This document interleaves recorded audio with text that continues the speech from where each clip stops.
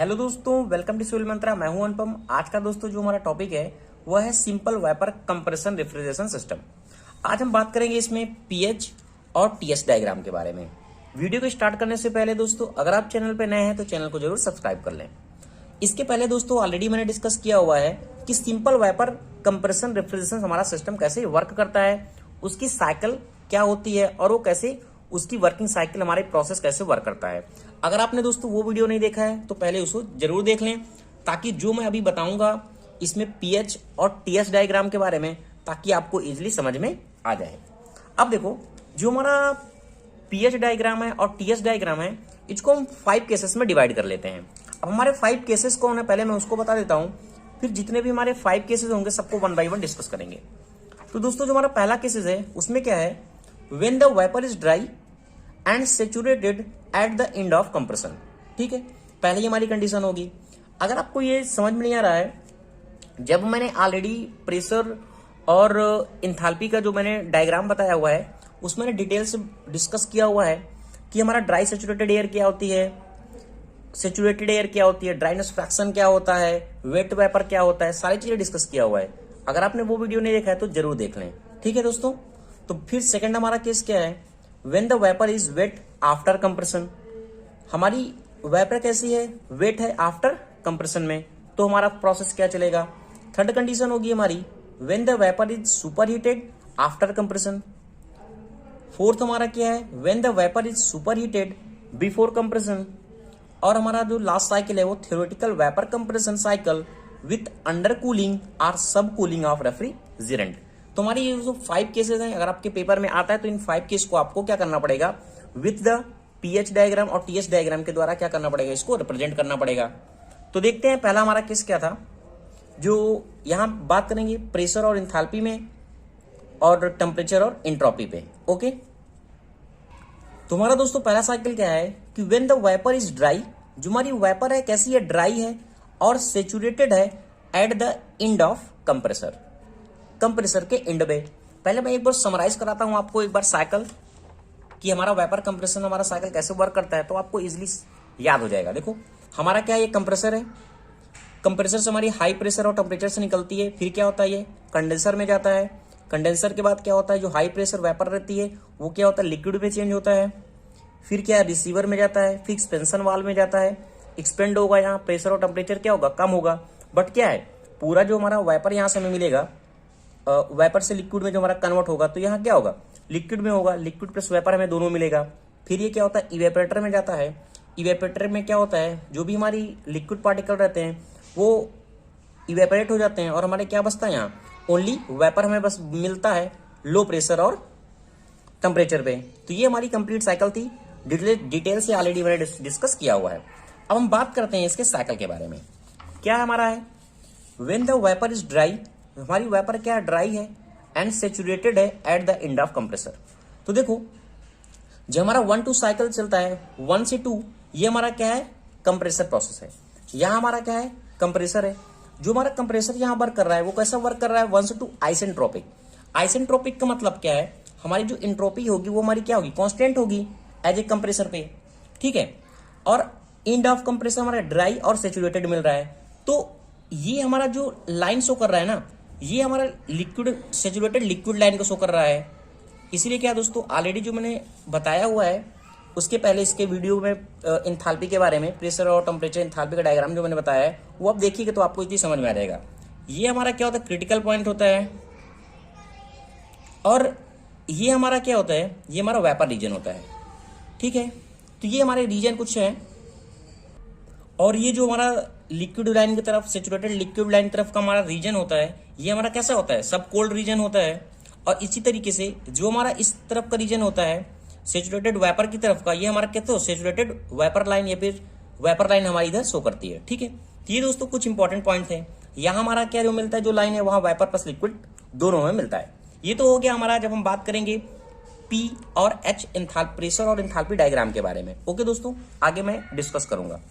तब बात करते हैं हमारा जो टीएस डायग्राम कैसे, देखो हमारा 1 से 2 क्या है, कंप्रेसर का साइकिल चल रहा है, कैसा आइसेंट्रोपिक है 1 से 2, बट आइसेंट्रोपिक है, ये हमारा क्या है, कर्व है। हमारा जो कंप्रेसर साइकिल में कुछ इस तरीके से हमारा कर्व बनता है। ओके, अब यहाँ देखो, यहाँ जो कंप्रेसर प्रोसेस में हमारा क्या है, जो इंथाल्पी क्या हो रही है, चेंज हो रही है आइसेंट्रोपिक में, ठीक है। तो क्या है 1 से 2 इंथाल्पी क्या है, यहाँ H1 है। अब यहाँ हमारी इंथाल्पी क्या हो जा रही है, H2 हो जा रही है। फिर क्या है, कंप्रेसर के बाद हमारा क्या जाता है, कंडेंसर में जा रहा है। तो कंडेंसर में क्या है, यहाँ जो हमारा कंडेंसर वर्क कर रहा है वो तो प्रेशर उसका क्या है, कांस्टेंट प्रेशर पे वर्क कर रहा है। देखो यहाँ भी प्रेशर उतना ही है, यहाँ भी प्रेशर उतना है, हमारा क्या है कांस्टेंट प्रेशर पे, बस क्या है इसका फेज चेंज हो रहा है। ये जो वेपर फेज में है ना, ये क्या हो रहा है, लिक्विड में चेंज हो रहा है कुछ, ठीक है। तो हमारा क्या हुआ, कंडेंसर हमारा जो वर्क कर रहा है, यहाँ देखो 2 से 3 क्या है, कांस्टेंट प्रेशर पे वर्क कर रहा है। ये हमारा कैसा है, कांस्टेंट प्रेशर पे वर्क कर रहा है। P2 यहाँ है, ये क्या है, P3 है, कांस्टेंट प्रेशर पे। इसी तरीके से हमने यहाँ भी दिखाया है, दोनों में एक साथ बताते चल रहा हूँ। 2 से 3 ये TS डायग्राम है, ये हमारा PS डायग्राम है। तो ये कैसा है, 2 से 3 कांस्टेंट पे 2 से 3 हमारा वर्क कर रहा है। फिर इसके बाद क्या है, ये किस में जाती है, एक्सपेंशन में जाती है। जब एक्सपेंशन में जा रही है तो क्या हो रहा है, इसका जो प्रेशर है और टेम्परेचर चेंज हो रहा है, बट क्या बहुत कांस्टेंट चेंज हो रहा है। अब बट जो हमारा प्रोसेस हो रहा है ना, यहाँ क्या है, इंथाल्पी क्या है उसकी, वो कांस्टेंट है। तो हमारी जो यहाँ इस इंथाल्पी मिलती है H3 की और H4 की क्या है, इंथाल्पी दोनों बराबर है एक्सपेंशन प्रोसेस में, ठीक है।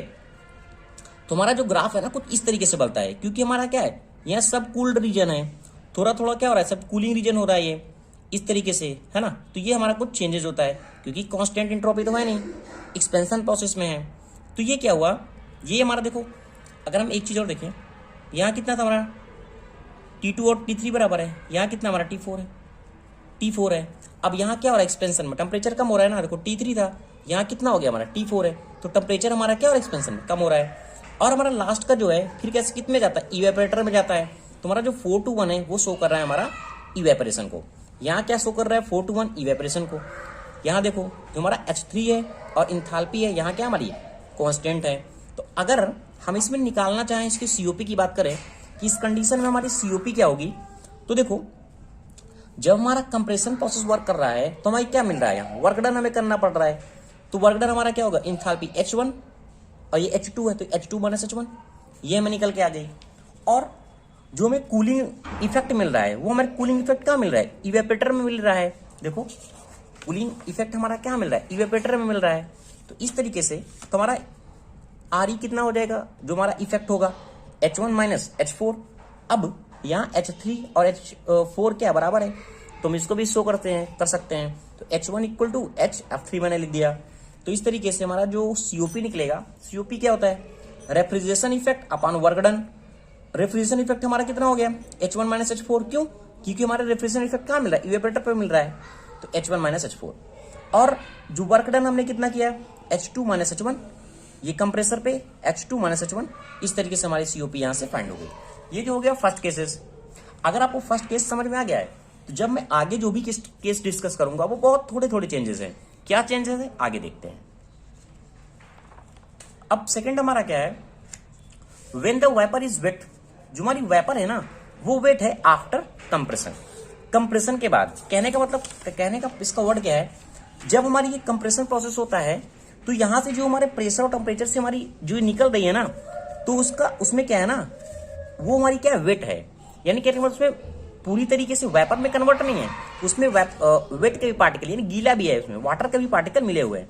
ये कहने का मतलब इसका। तो देखते हैं इसकी साइकिल क्या चलेगी। TS डायग्राम बनाया हमने, PH डायग्राम बनाया। ये हमारा क्या शो कर रहा है, शो कर रहा है वेपर कंप्रेशन साइकिल के ऊपर। अब देखो 1 से 2 हमारा आइसेंट्रोपिक वर्क कर रहा है कांस्टेंट प्रोसेस पे, एंट्रोपी हमारी क्या कांस्टेंट है। बट ये जो रीजन यहाँ था ना वो क्या शो कर रहा था, ड्राइनेस को शो कर रहा था। क्या हमारा था यहाँ, एक प्रकार से हमारा ड्राइनेस को शो कर रहा था। बट हमारा यहाँ हमारे क्या वेट है, तो हमारी इस लाइन को टच नहीं करेगी। ये इसका मेन पॉइंट है। फिर और जो भी हमारी सेम साइकिल है वो सेम चलेगी। तो हमारा साइकिल क्या है, फिर हमारा कैसे जाएगा, कंडेंसर में जाएगा, और कंडेंसर के बाद हमारा क्या एक्सपेंशन वाल्व में जाता है, और फिर ये हमारा क्या है, इवेपोरेटर में जाता है। तो इस तरीके से हमारी जब सुपर हीटेड हमारी साइकिल हो जाती है तो ये हमारा कैसा रीजन है, सुपर हीटेड का रीजन है। इसलिए हमारी साइकिल जो है इस जो आकार से क्या है थोड़ी बाहर आ जाती है। ठीक है, ये हो गया पॉइंट। अब इसके बाद हमारा कौन सा पॉइंट बचता है, जो हमारा फोर्थ है वो क्या करे, कंडीशन क्या हमारी, when the vapour is super heated before compression. अब देखो इसमें क्या कह रहा था, अभी हमने जो बात किया था, हमारी जो वेपर थी सुपर हीटेड तो हो रही थी बट आफ्टर कंप्रेशन हो रही थी। जब कंप्रेशन के बाद हमारी वेपर सुपर हीटेड थी। बट इस कंडीशन में क्या हो रहा है, जो हमारी वेपर है वो कैसी है, बिफोर कंप्रेशन ही सुपर हीटेड है। कहने का मतलब जब ये इवेपरेटर से पास हो रही है ना, लो प्रेशर वेपर हमें जब मिल रहा है, तो इसके पहले ये क्या हो रही है, सुपर हीटेड हो चुकी है। अब इस कंडीशन में हम देखते हैं कि हमारा जो टीएस डायग्राम है और जो पीएच डायग्राम है कैसे बनेगा। आइए देखते हैं। देखो अब क्या है, देखो इवेपरेटर से हमारी गैस निकल रही है ना, निकली भाई। देखो अब ये जो लाइन शो कर रही है ना, ये सुपर हीटिंग को शो कर रही है, क्योंकि ये हमारा रीजन कैसा है, सुपर हीटेड रीजन है। ये हमारा जो रीजन कहलाता है ना, ये पूरा सुपर हीटेड रीजन होता है। ठीक है, अब देखो ये कैसा हमारा लिक्विड रीजन है, तो ये जो लाइन शो कर रही है ना 1 से 1, ये हमारा कैसा रीजन है, सुपर हीटेड रीजन है। क्यों, क्योंकि कैसा है, बिफोर कंप्रेशन हो चुकी है। कंप्रेशन तो हमारा अभी हुआ नहीं था, कंप्रेशन के पहले ही क्या है, ये सुपर हीटेड हमें मिल चुका है वेपर। फिर क्या है, फिर एज ई साइकिल हमारा एज इट चलेगा। 1 से 2 हमारा कैसा है, कंप्रेशन प्रोसेस है। अब कंप्रेशन प्रोसेस है, अब कंप्रेशन प्रोसेस है, हमें क्या है, फिर उसका चेंज होगा। फिर क्या है, ये 2' पे आया, फिर हमारा क्या होगा, कंडेंसर के तरीके से वर्क करेगा। फिर एक्सपेंशन पे आया, फिर हमारा इवेपरेटर चला। ठीक है, सेम साइकिल फिर हमारी एज इट चलती है। अब इसमें क्या है, पी और एच डायग्राम पे हमारा साइकिल कैसा सुपर हीटेड है। ये 1 से जो 1 हमने शो किया है, ये हमारे क्या शो कर रहा है, सुपर हीटिंग को शो कर रहा है। ये सुपर हीटिंग को शो किया क्योंकि हमारा ये रीजन कैसा है, ये हमारा जो रीजन है ये इवेपरेटर का रीजन है। ये हमारा क्या है, कंप्रेसर का है। ये क्या है, कंडेंसर का है। और ये हमारा क्या है, एक्सपेंशन का है। ठीक है, तो ये हमारी क्या एंथैल्पी चेंज होगी, क्योंकि हमारा पी और एच की बात कर रहे हैं। यहाँ हमारा क्या entropy will be the constant. तो इस तरीके से हमारा डायग्राम शो कर रहा है। फिर 2 से 2' जाएगा, और 2' से फिर 3, और 3 to 4। इस तरीके से हमारा वर्क करता है। जब हमारी जो साइकिल होती है वो क्या होती है, बिफोर कंप्रेशन क्या होती है, सुपर हीटिंग हो जाती है। ओके, लास्ट जो हमारा बचता है वो क्या है, कह रहा है कि theoretical vapor compression cycle with undercooling or subcooling of refrigerant। अब ये अंडरकूलिंग कहाँ होती है और सब कूलिंग क्या होती है, पहले आपको ये समझना चाहिए कि हमारा जो रीजन है ये किस लाइन को शो कर रहा है। देखो जो हमारी ये लिक्विड रीजन है ना, ये सेचुरेटेड लिक्विड लाइन हमारी होती है, तो इस तरफ का जो रीजन है ना, ये पूरा ही रीजन, ये हमारा सब कूलिंग रीजन को शो कर रहा है। किसको शो करता है, सब कूलिंग रीजन को शो करता है। ये आपको पता होना चाहिए, ये सब कूलिंग रीजन को हमारा शो कर रहा है। ठीक है, तो इसका साइकिल दोस्तों कैसे चलेगा, 1 से 2 चला कांस्टेंट कंप्रेशन पे, यानी आइसेंट्रोपिक वर्क कर रहा है। फिर क्या है, ये हमारी कैसी है, सेचुरेटेड वेपर लाइन शो कर रहा है। बट हमें अंडर कूलिंग, ये सब कूलिंग की बात कर रहे हैं, तो ये हमारी कूलिंग प्रोसेस को शो करता है। कैसा, ये हमारा जो रीजन होता है ये सब कूलिंग को शो करता है। तो हमारा साइकिल कैसे चलेगा, 1 से 2, 2 से 2', फिर 2' से 3', क्योंकि यहाँ क्या है, यहाँ हमारा वेपर और लिक्विड दोनों होता है। ठीक है, कंडेंसर प्रोसेस में एट ए कांस्टेंट प्रेशर पे। अब ये जो कह रहा है कि सब कूलिंग रीजन थ्योरेटिकल साइकिल में, तो ये जो हमारा साइकिल चल रहा है ना, ये 3' से 3', ये हमारे सब कूलिंग को शो कर रहा है। और फिर 3 से 4 एंड 4 to 1, ये हमारा साइकिल चलता है थ्योरेटिकल वेपर कंप्रेशन साइकिल में। वैसे कब, जब हमारी सब कूलिंग रेफ्रिजरेशन शो कर रहा है। अब इसमें भी ऐसे ही देखो, 1 से 2 हमारा क्या कंप्रेशन प्रोसेस है। ठीक है, ये 2 से 2', फिर 2' से 3'। अब ये जो साइकिल चल रहा है ना, यही शो कर रहा है इसका सब कूलिंग प्रोसेस को, जब हमारा पी और एच डायग्राम होता है। ठीक है, आपको ये साइकिल समझ में आ गई होगी। अब बात करते हैं इसके सीओपी के बारे में। सीओपी में हमें क्या चीज पता होना चाहिए, इसका वर्क डन पता होना चाहिए और रेफ्रिजरेशन हमारा इफेक्ट पता होना चाहिए टोटल। अब देखो हमारा रेफ्रिजरेशन इफेक्ट हमें कहाँ मिलता है, इवेपरेटर पे मिलता है। इवेपरेटर पे तो कितना हो जाएगा, H4, ये हमारा क्या H4 है, H4 है, और H3 क्या है, बराबर है। और यहाँ क्या है हमारा H1 है, और यहाँ हमारा क्या H2 है, यही तो है ना। तो H1 minus H4, H1 minus HF3। ठीक है, HF3 भी हम इसको लिख सकते हैं। और हमारा जो वर्क डन है वहां, वो हमारा कहाँ मिल रहा है, कंप्रेसर पे मिल रहा है। कंप्रेसर पे हम वर्क डन कर रहे हैं, कंप्रेसर पे। तो H2 और H1, H2 एंड H1, तो H2 माइनस H1, तो हमारी सीओपी कितनी हो गई, H1 minus HF3 upon H2 minus H1। तो ये दोस्तों हमारा कंप्लीट वीडियो हो गया वेपर कंप्रेशन रेफ्रिजरेशन सिस्टम में जो भी हमारे टीएच डायग्राम बनते हैं, पीएच डायग्राम बनते हैं, प्रेशर और एंथैल्पी पे, और टेम्परेचर और एंट्रोपी पे हमारा कैसा रिलेशन होता है। Thank you watching this video दोस्तों। अगर आपको वीडियो अच्छा लगा है तो प्लीज चैनल को लाइक करें, शेयर करें और कमेंट करें।